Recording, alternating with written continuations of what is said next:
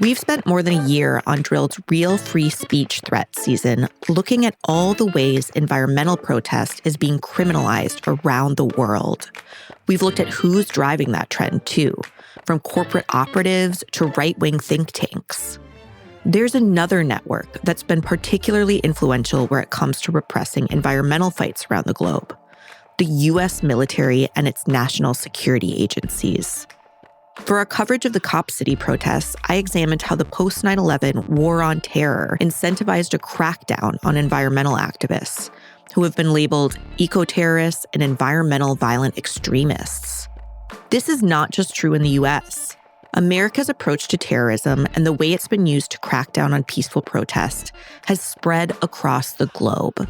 There's one place that really stands out as a clear example: the Philippines. The country sits toward the top of lists of dangerous countries for land defenders. People are killed there every year for trying to protect the environment. That's because the Filipino government routinely labels political opponents as communist terrorists, which can lead to assassinations, disappearances, and abductions. Indigenous organizers and environmental activists are often the targets. As I started looking into it, a detail caught my eye. In the wake of 9/11, the UN Security Council essentially required that countries pass counter-terror laws, and the Philippines did just that. At the same time, the US offered the Philippines military aid to crack down on terror. I began to realize that a version of what I documented in the US had also happened in the Philippines. Those policies I had been investigating from thousands of miles away were actually rooted right here at home in the US. To understand what was really going on, I decided to get to know one of these so-called terrorists. That's coming after the break. I'm Eileen Brown, and this is Drilled.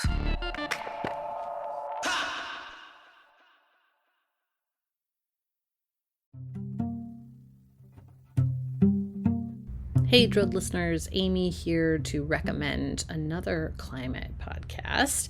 If you have ever wondered exactly where your water comes from, what it means to actually break up with fossil fuels, or what the year 2100 could even look like, check out the Climate Dispatch from the folks at the Sierra Club Angeles chapter in collaboration with Stranded Astronaut Productions.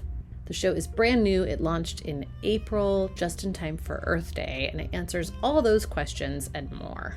The Climate Dispatch explores both global and local stories of the climate crisis through the lens of Southern California.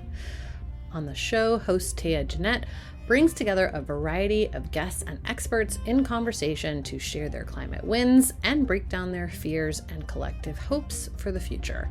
Some featured guests include Time 100 Next recipient and climate activist Naleli Kobo, Troy Stevens, creative manager of Grist Magazine's Imagine 2200 Climate Fiction Contest, Aru Shaini Ajay, executive director of the Sunrise Movement, and Allison Chin, president of the Sierra Club Board of Directors.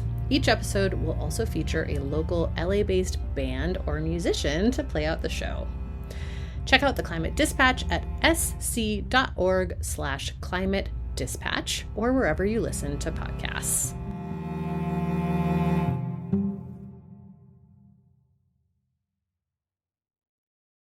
Ryan Reynolds here from Mint Mobile. With the price of just about everything going up, we thought we'd bring our prices down. So to help us, we brought in a reverse auctioneer, which is apparently a thing. Mint Mobile Unlimited Premium Wireless. How to get 30, 30, bit to get 30, bit to get 20, 20, 20, bit to get 20, 20, bit to get 15, 15, 15, 15, just $15 a month? Sold! Give it a try at mintmobile.com/switch. Upfront payment of $45 for 3-month plan, equivalent to $15 per month required. New customer offer for first 3 months only. Speed slow after 35 gigabytes if network's busy. Taxes and fees extra. See mintmobile.com.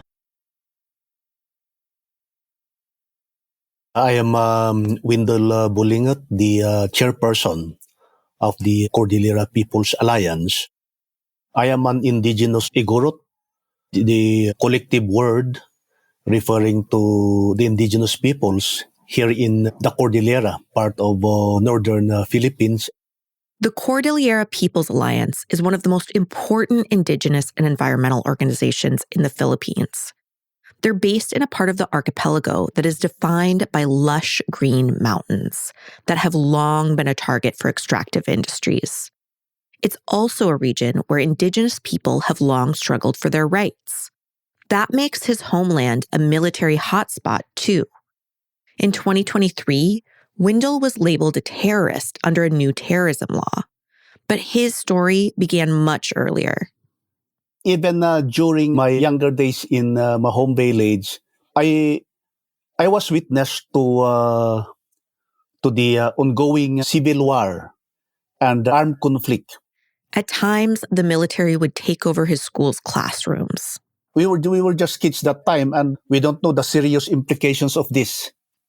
But what we saw that time is that the classrooms that we are supposed to use are occupied by the Philippine military. So sometimes we hear that near the rice fields or just outside the community, there are firefights, and we really hear the shooting and the guns.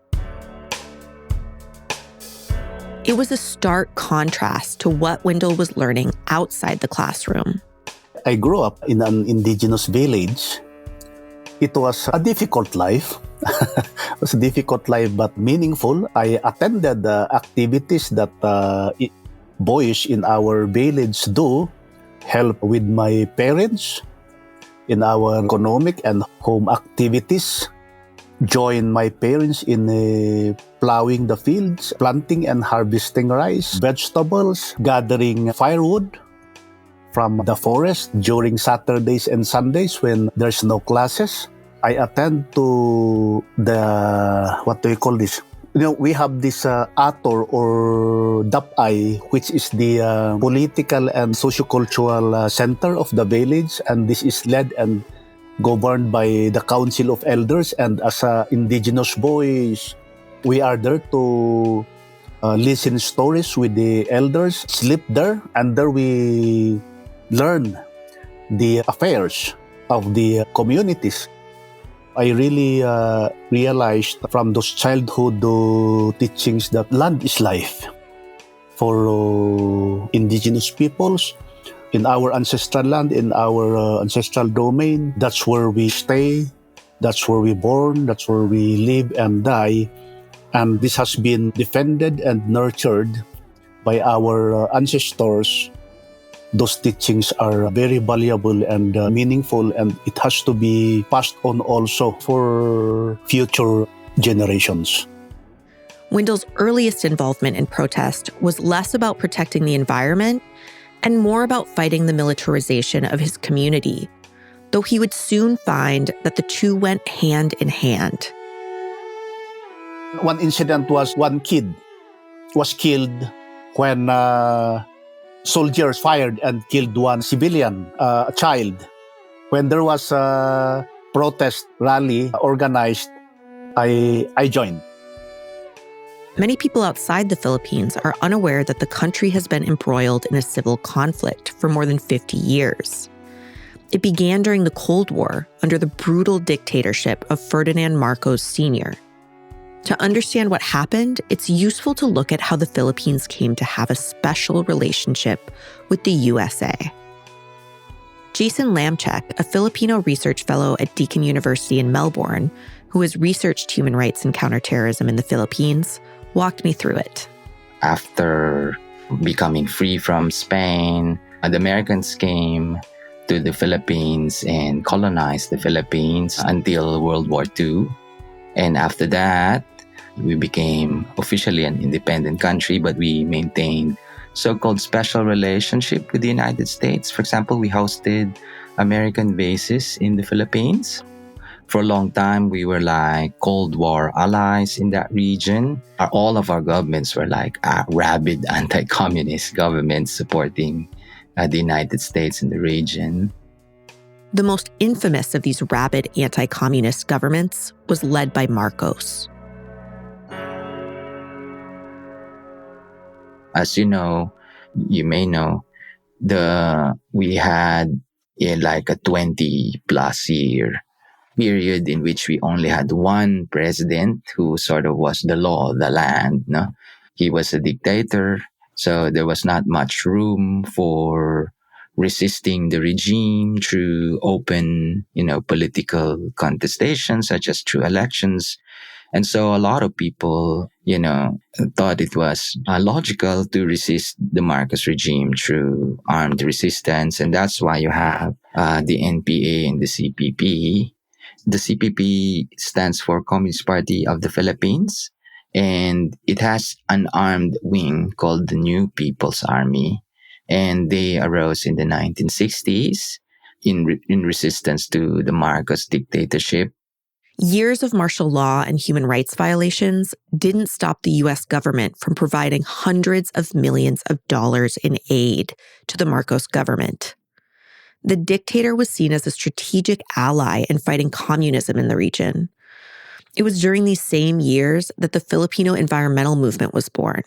So right from the beginning, the easiest way to undermine it was to paint it communist red. One of the biggest environmental battles in the Philippines during those years was the fight the Cordillera people put up against the Chico River Dam project. The Cordillera peoples were threatened with the building of big hydropower dams under the dictator Marcos, whose son now, the junior, is now the president, unfortunately.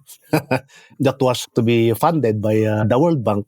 If that project was not successfully stopped, then it would have displaced around 100,000 people along the Chico River. The indigenous people of the Cordillera region organized. They obstructed construction, participated in acts of sabotage, and were at times joined by armed members of the New People's Army. The dam project was never completed. However, one of the leaders of the resistance to the dams, Makli Dulag, was shot and killed in his home in 1980 and remains a symbol of the indigenous and environmental movement in the Philippines. The historic and brave resistance of these communities in the face of martial law was really inspiring. I learned that it's really their right to defend, and it was a just cause to resist. The Chico River Dam wouldn't be the last project the Cordillera peoples would fight on their land. The Cordillera is targeted again of several big mining projects by local and foreign corporations, big hydropower dam projects, geothermal power projects, windmill or wind farm projects, again, to provide energy, when in fact the Cordillera is already host to several big dam projects. So we are not taking this sitting down. It is our collective obligation to defend and nurture the environment for the future generations. It is in indigenous communities where you can find biodiversity, the remaining rich forest and the environment, because we have always believed that land is life and the land should not be endangered for the sake of profit, because that's not how indigenous peoples look at land and resources.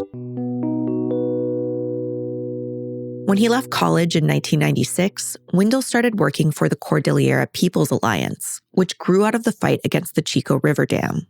We do barricades to prevent the equipments of these companies to come inside. We barricade to prevent them from operation. We organize mass mobilizations and protest actions. We engage international governmental bodies such as the United Nations. But most important is community organizing, and not just the organizing of affected communities, but also the different sectors of youth, women, farmers, and even the elders. Unlike some of the Chico River Dam activists, the land defenders with the Cordillera People's Alliance are not armed. But those opposing their work are. Wendell couldn't have known when he began this work what he would face in the years ahead. The Filipino government branded Wendell an armed communist. They charged him with murder. They put him on a hit list. Most recently, they officially labeled him a terrorist. Several of my colleagues in CPA have been killed by state forces, abducted, and several of them are not yet surfaced until now, illegally detained because of what we do.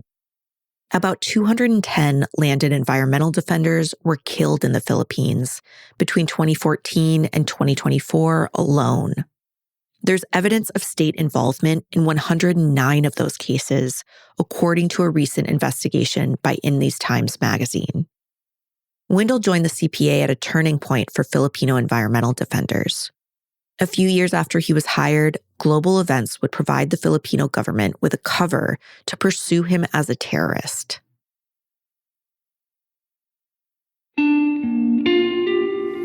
Every nation in every region now has a decision to make. Either you are with us or you are with the terrorists. A little over a week after 9/11, U.S. President George Bush gave a speech to Congress, launching what would become known as the global war on terror. From this day forward, any nation that continues to harbor or support terrorism will be regarded by the United States as a hostile regime. Our nation has been put on notice. We're not immune from attack. We will take defensive measures against terrorism to protect Americans. Today, dozens of federal departments and agencies, as well as state and local governments, have responsibilities affecting homeland security. These efforts must be coordinated at the highest level. So tonight I announced the creation of a cabinet-level position reporting directly to me, the Office of Homeland Security. And tonight I also announced a distinguished American to lead this effort. It's difficult to overstate the role of the U.S.-led global war on terror in the global criminalization of land defenders. In the U.S., corporations had spent the 1990s trying to get police to pursue eco-saboteurs as terrorists. After 9/11, their wishes were granted. Across the U.S., facilities called fusion centers popped up in state after state. Operating under the newly created Department of Homeland Security, they brought together national security officials and local and federal law enforcement to surveil environmental activists. The agency developed a whole language for classifying activists that damage property as domestic terrorists or environmental violent extremists.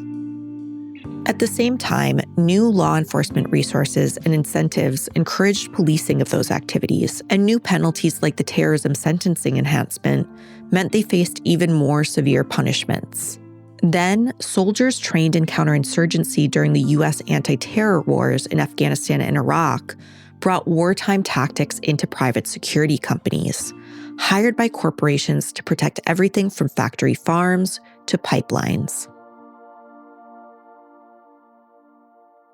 Nearly 25 years after 9/11, the U.S. government's aggressive push for a crackdown on terrorism continues to play an indelible role in U.S. struggles for land and water. In the rest of the world, a similar pattern played out, driven by U.S. foreign policy.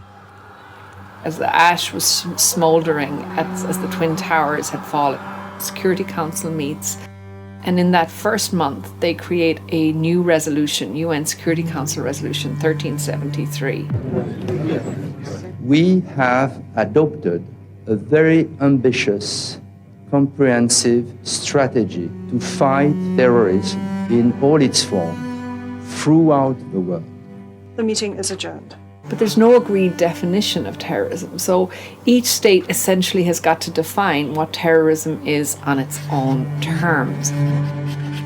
And the absence of a common definition has meant that there's been this real ripeness for abuse. That was Fionnuala Ní Aoláin, the recently departed UN Special Rapporteur on Counterterrorism and Human Rights, speaking in a short UN documentary. States get to define whomever they like as a terrorist with almost no consequence at the domestic level. And so what we're seeing around the globe is the imprisonment of civil society actors. We're seeing direct targeting, in some cases they're killing, by the permissive framework of counterterrorism. The documentary was made to go with a damning report that was released in 2023 on the impact for human rights defenders of over 20 years of counterterror efforts. The report underlined that in every region of the world, defenders are targeted with legislation and other measures purportedly designed to counter terrorism. The United States drafted that United Nations resolution that she mentioned. The U.S. also pushed another international body called the Financial Action Task Force to create new standards meant to prevent terrorism funding. The task force explicitly called on governments to ensure that nonprofit organizations cannot be misused to finance terrorism. It encouraged countries to pass laws freezing accounts linked to terrorism. A complex architecture of international anti-terrorism institutions and policies was being constructed, and it continues to justify repressive measures today. Here's Jason from Deakin University again. The legacy of the war on terror in the Philippines, is really profound. When the war on terror started, the Philippine government was one of the first to sign up to the so-called Coalition of the Willing. President Arroyo then saw that as an opportunity to reignite military relations with the United States. The communists were in peace talks with the Philippine government, but that broke down because eventually the United States tagged the CPP, NPA, as terrorists. The Philippine government recast the way it saw dissenters, first armed dissenters, armed groups who were, locked in armed struggle with the Philippine government as terrorists. So at first it was just the Abu Sayyaf group, which was sort of like this kidnapper ransom group, which was also engaged in bombings. And then eventually the leftists, the communists, so the National Democratic Front, the New People's Army, the Communist Party of the Philippines, were branded as terrorists. And then, besides these groups who are engaged in armed conflict with the government, people who were engaged in peaceful dissent, such as the above-ground leftist organizations who were ideologically aligned with the Communist Party, but not organizationally aligned, were also considered part of this so-called communist terrorist movement. Just as it had in the US, in the Philippines, this new approach to terrorism meant a massive expansion of who was considered a terrorist. Above-ground activists have always been sort of like fair game, but with the war on terror, you also had an added dimension that this was all sort of like legitimate from an international point of view because, as you know, the United States also engaged in a diplomatic/legal campaign whereby the notion of countering terrorism became sort of like an international obligation on everyone, right? In the midst of the Filipino government's newly revamped counterinsurgency crackdown, Wendell got his first serious taste of repression. In 2006, my name appeared in a military hit list. This military hit list was a list of some leaders of CPA and the Cordillera People's Movement targeted for assassination. And some of my colleagues who were in that list were killed. For example, Marcos Bangit, one of my colleagues in CPA, was killed in June 2006 in front of his son when they were bound from Tabuk to Baguio and accompany his son supposedly to enroll in college. But when the bus stopped for the passengers to rest and eat, a military assassin fired several shots against Marcos Bangit. I was afraid. The normal and expected reaction was we fear for our security, and not just us individually, but also our family and colleagues in the organization as a whole. Wendell said the killings and threats made him seriously consider stepping away from his activism. Of course, to be honest about it, because I have 4 children, I have a wife, I have siblings and parents. And my parents advised me, why don't you just stop before being killed like your colleagues? Because the killings and abductions are really happening. It's not just a public statement of the state. The reign of terror is really there. Yeah. But I resolved to myself that this is precisely why they are doing this, to stop us from what we are doing, to silence us from the cause we are advancing, and we should not allow what they want. It is a difficult process that I really have to process within myself, my family, and convince my siblings and, of course, my parents. Amid growing anxiety among environmental and human rights defenders, and with encouragement from the U.S. government, the Philippines passed a new anti-terrorism law, the Human Security Act of 2007. It would soon be followed by a terrorism financing law in 2012. The legal foundations were being laid to formalize repression against government dissenters like Wendell. The role of the U.S. in this so-called counter-terror legislations is clear. So the U.S. is also to be blamed about the impacts of this so-called terror laws in committing serious and widespread violations of human rights and even international humanitarian law in the Philippines. And that is happening now, and that is even happening to me. You'd think being put on a military hit list would be about as bad as government repression gets. But more than a decade later, under the authoritarian leadership of President Rodrigo Duterte, things got even worse for Filipino land defenders. In 2018, Duterte's Department of Justice filed a petition declaring over 600 people terrorists under the Human Security Act.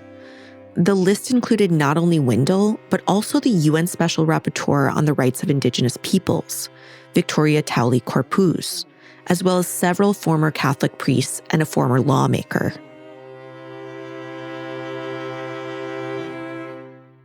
The court was unconvinced, and several names, including Wendell's, were dropped. But the Duterte administration didn't give up. They started passing more severe laws and policies.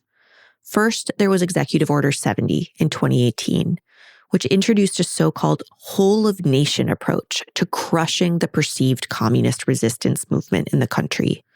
The order established the National Task Force to End Local Communist Armed Conflict, a body that now routinely labels individuals and groups as communists.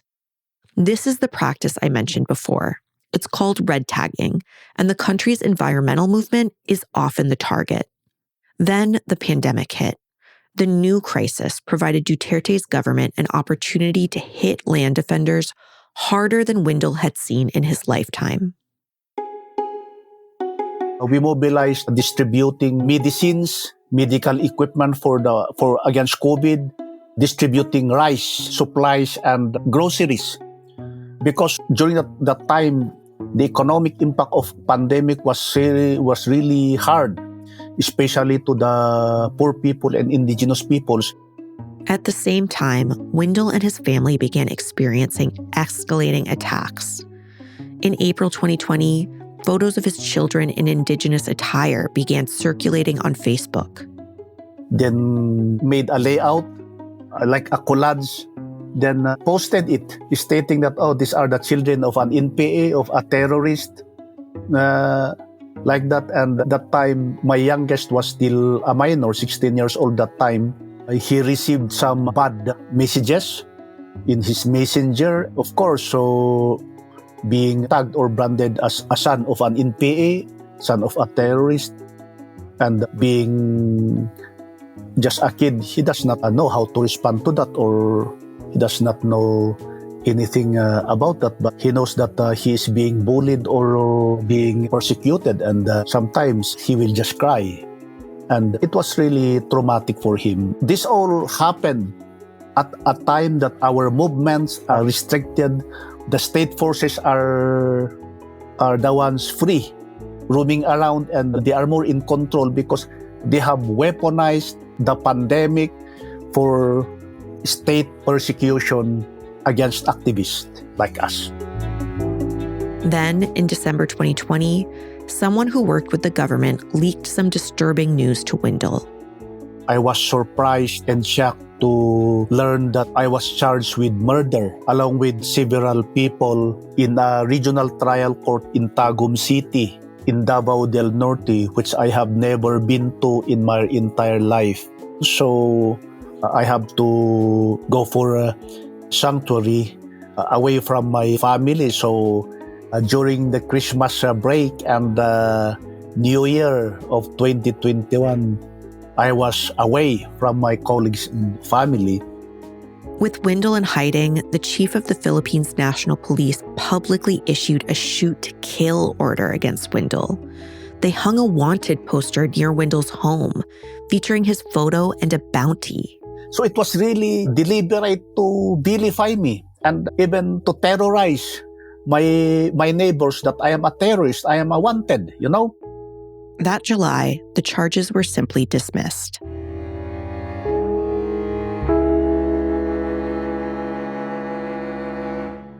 But Duterte's onslaught continued. His administration pushed through yet another terrorism law, the Anti-Terrorism Act, which would allow yet another panel of government officials, known as the Anti-Terrorism Council, to designate people as terrorists. This time, Australia provided technical assistance in drafting the revamped anti-terrorism law. They knew full well that it would be administered by a government that was internationally infamous for its human rights violations. The international pressure to crack down on so-called terrorism continued too. In 2021, the Financial Action Task Force put the Philippines on its so-called gray list and encouraged the country to prosecute more terrorism financing cases. Here's Jason from Deakin University again. So these legal developments in the Philippines attest to the fact that the pressure from outside, from the US, the UN Security Council, and all the other countries have been supporting this counterterrorism agenda has been persistent. And so I characterize this pressure as like ritualistic. The international actors who are pushing the counterterrorism agenda in the Philippines, they're so obsessed with trying to update our counterterrorism laws to be consistent with the latest UN security standards without considering the politics of terrorism in the Philippines. So people sometimes think that the anti-terrorism law is a good thing because you have a legal framework which limits how government exercises its power when conducting counterterrorism, right? But that's not how it works in the Philippines. Wendell's organization fought the anti-terrorism law all the way up to the Supreme Court, but the court upheld most of the law's provisions. Duterte left office in 2022, so it was up to a new president to roll out the Anti-Terrorism Act. The new president had a familiar name, Ferdinand Marcos Jr., the son of the former dictator. We campaigned against him, but unfortunately, he became the president. And the policies of the previous Duterte administration, especially the bloody human rights record, remains to be the same under Marcos Jr.'s administration. The militarization and red tagging against activists continue the same, and it's non-stop. Which is why we see that Marcos Jr.'s administration is practically the same as his father's administration. In the summer of 2023, as Wendell was getting ready to go into the office, he got a message from one of his colleagues. They had just read in the newspaper that a month earlier, the Anti-Terrorism Council had officially labeled Wendell and 4 of his colleagues terrorists. Just as he had predicted, the new terror law was now being aimed directly at land defenders. It was déjà vu. The same old tactics being used by a new administration using the new law. I am a civilian. I am an activist, not armed, and I am not a terrorist. When a member of the Cordillera People's Alliance went to the bank, they were handed a letter from the Anti-Money Laundering Council. It noted Wendell's terrorism designation. His organization's bank account was now frozen. It was me who was designated. It was not CPA or the organization who was designated. But why is it that the bank account of the organization of CPA was frozen? It was not CPA. Just because I am the chairperson does not mean that I control and own CPA and own these accounts. They appealed to the Anti-Terrorism Council to delist Wendell and his colleagues, but they were denied. And since then, Wendell has been forced to live with this latest attempt to silence him. The Philippines Department of Justice did not respond to questions from Drilled about the designation. Me as an individual needs to survive on a daily basis. The modest allowance I received from CPA has been stopped when the CPA account was frozen. That my other 3 colleagues, they also have their own family. They have needs of their children. These are greatly affected. So practically, killing me softly, how should our family survive? How an organization survive? And the communities who are dependent on the services being supported by these projects. In addition to the freezing of the bank accounts, the designation also means Wendell could be arrested at any time and detained for up to 24 days with no warrant. Another effect of the designation? Legal surveillance. Of course, we knew that even before we were designated, we have been under surveillance. Yeah, but you see, this time, it is legal. And so perhaps when we are doing this interview, they can be listening legally. Of even greater concern is the looming threat to Wendell's family's safety. To be declared or designated as a terrorist is already practically towards a death sentence. Oh, your children are tagged. Oh, that's a children of a terrorist. Or your wife, oh, that's a husband of a terrorist. Or your communities, those are terrorists. His experience isn't isolated. Around the world, anti-terrorism laws and counterterrorism efforts have had serious consequences for land defenders. For example, the Financial Action Task Force pressured India to comply with its post-9/11 standard on monitoring nonprofits. So India introduced or updated multiple laws, such as the Foreign Contribution Regulation Act, or FICRA, that it now routinely uses to attack nonprofits and freeze their accounts. In Algeria, an anti-fracking protester was sentenced to prison time for glorification of terrorism over a Facebook post. Chile has repeatedly used its anti-terrorism law to go after indigenous Mapuche people. In 2015, France was home to the climate conference that generated the foundational, if flawed, Paris Agreement. In the middle of it all, the French government declared an anti-terrorism state of emergency, curtailing climate protests and placing 24 activists under house arrest. Outside the legal system, environmental defenders are routinely slandered as terrorists by industry groups, right-wing news outlets, and government officials too. It would be an oversimplification to claim that all of this was because of U.S. war on terror pressure. But Bush's address to Congress and everything that came after it sent a clear message. Anything called terrorism must be crushed. War on terror in the Philippines may have had a life of its own, may have merged with other phenomena, but the United States and other countries have ignored how the counterterrorism agenda has played out in the Philippines, and they have been pushing the Philippines to enact this and that revision to the counterterrorism law as if counterterrorism is something that you can do without any nasty political consequences.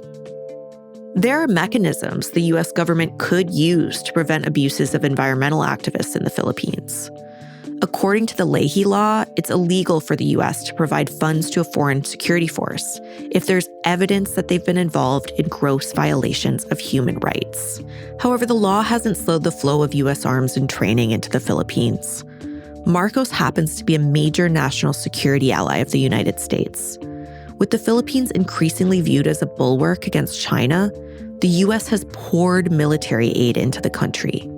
In July 2024, for example, U.S. officials announced $500 million in new military funding for the Philippines. For its part, the Philippines is allowing the U.S. new access to military bases.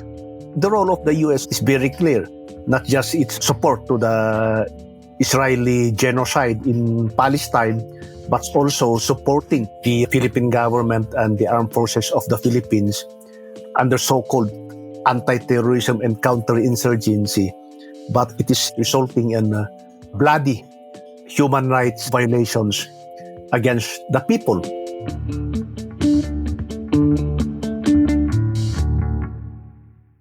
Marcos and the U.S. have managed to give all this a green veneer. The Filipino president has claimed that his decision to give the U.S. access to more military bases was not actually because of China. It was really because of the effects of climate change and the increasing instances of disasters in the Philippines. Marcos claimed that the bases would make it easier for the U.S. to provide disaster relief in the wake of increasingly severe typhoons. The U.S., on the other hand, has promised to support the Filipino government in its exploitation of so-called critical minerals, like nickel, that are needed to build renewable energy infrastructure and manufacture batteries. Filipino environmental defenders are concerned that the transition away from the fossil fuel industry will be made at their expense.